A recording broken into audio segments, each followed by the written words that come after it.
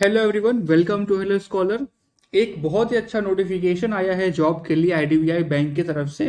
IDBI bank ने assistant manager grade A का notification release कर दिया है। इसके बारे में हम डिटेल में समझेंगे आखिर ये नोटिफिकेशन क्या है, आपको अप्लाई करना चाहिए या नहीं करना चाहिए, और ये पीजीडीबीएफ कोर्स का मतलब क्या होता है। देखिए, ये जो आईडीबीआई बैंक में ग्रेड ए की पोस्ट है, ये एक तरीके से आप मान लीजिए पीओ की पोस्ट है। जैसे कि एसबीआई और आईबीपीएस पीओ की पोस्ट रिलीज करते हैं, वैसे ही आईडीबीआई बैंक ग्रेड ए के नाम से पोस्ट रिलीज करता है, बट ये पोस्ट होती पीओ की ही है। अब ये जो पोस्ट है, इसमें आपका पहली चीज तो है सिलेक्शन हो जाएगा। जो आपका रिक्रूटमेंट है, आप टेस्ट वगैरह देंगे, आपका सिलेक्शन हो जाएगा। उसके बाद आपकी ट्रेनिंग होती है।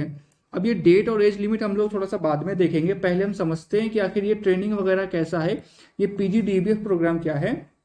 अब देखिए, जो पीजीडीबीएफ प्रोग्राम है, पीजीडीबीएफ का फुल फॉर्म हो जाता है post graduate diploma in banking and finance. ठीक है, तो आप क्या करेंगे, पहले आप रिटेन एग्जाम देंगे। रिटेन एग्जाम के बाद जो कैंडिडेट्स क्वालिफाई करेंगे उस एग्जाम को, उनका इंटरव्यू वगैरह होगा, और जो बच्चे फाइनली सेलेक्ट किए जाएंगे उनको ट्रेनिंग दी जाएगी मणिपाल यूनिवर्सिटी में।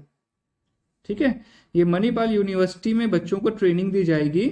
1 साल के आसपास का ये कोर्स रहता है, 1 साल की ट्रेनिंग रहती है, क्लासरूम ट्रेनिंग रहती है। 6 महीने आपको पढ़ाते हैं, फिर 6 महीने आपको फील्ड पे भेजते हैं, ताकि आपको आइडिया लग सके कि किस तरीके से बैंक्स में काम होता है।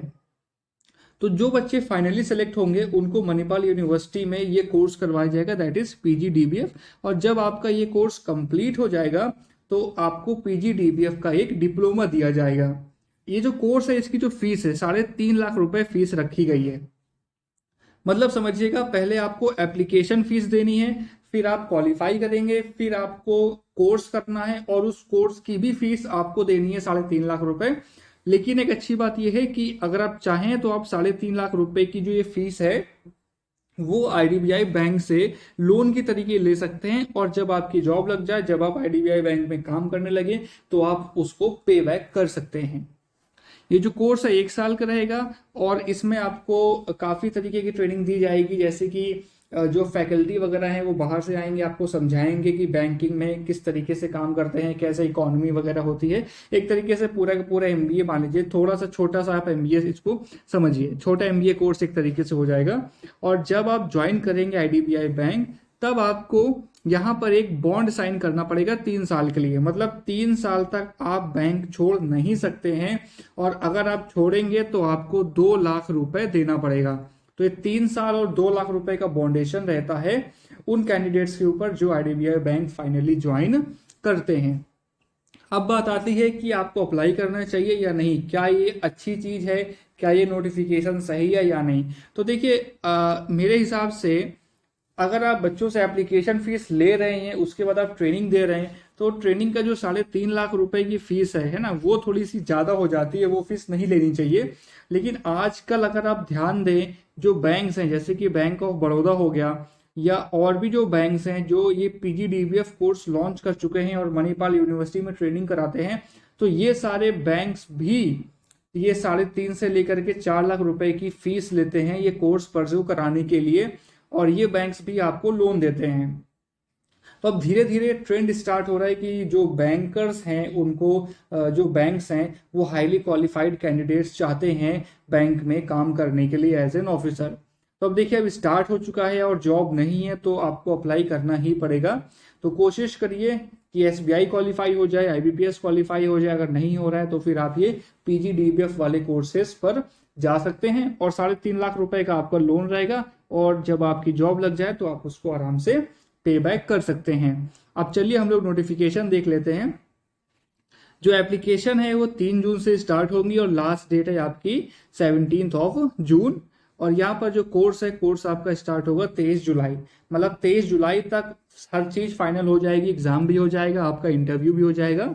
एज लिमिट है मिनिमम 21 साल और मैक्सिमम 28 साल।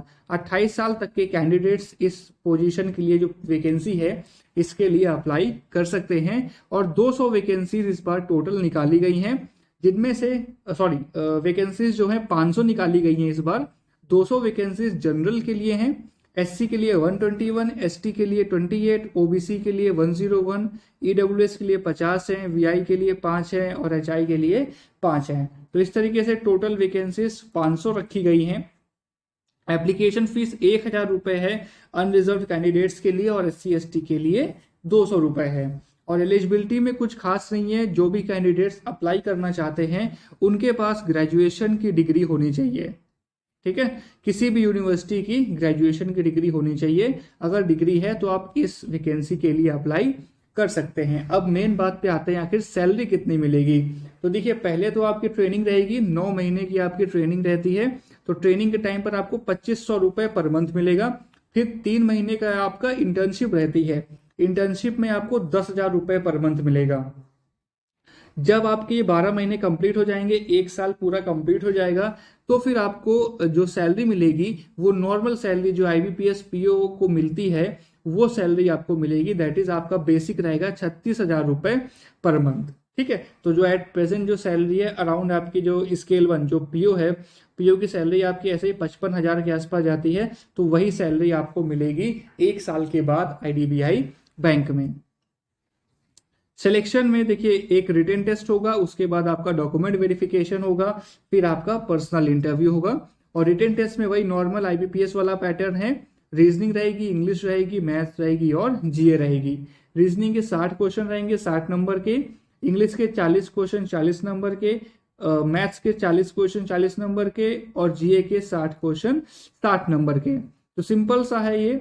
और आपको टोटल जो टाइम रहेगा 2 घंटे का रहेगा, 2 घंटे में आपको एग्जाम कंप्लीट करना होगा। डिफिकल्टी लेवल की अगर हम बात करें तो देखिए, पेपर जो आता है इजी पेपर होता है, मॉडरेट, थोड़ा सा मॉडरेट आप मान सकते हैं। बट नॉर्मल जो कैंडिडेट्स का फीडबैक रहा है पिछले साल का, इससे पहले भी जो हुआ है, और पेपर जो आता है IDBI बैंक वगैरह का वो इजी ही रहता है।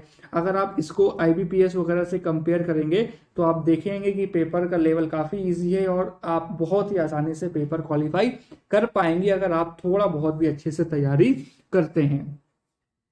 तो ये था शॉर्ट में IDBI बैंक के नोटिफिकेशन के बारे में। अगर अभी भी आपको कोई भी डाउट है तो आप नीचे कॉमेंट सेक्शन में पूछ सकते हैं। मिलते हैं फिर हम लोग नेक्स्ट वीडियो में। Thank you.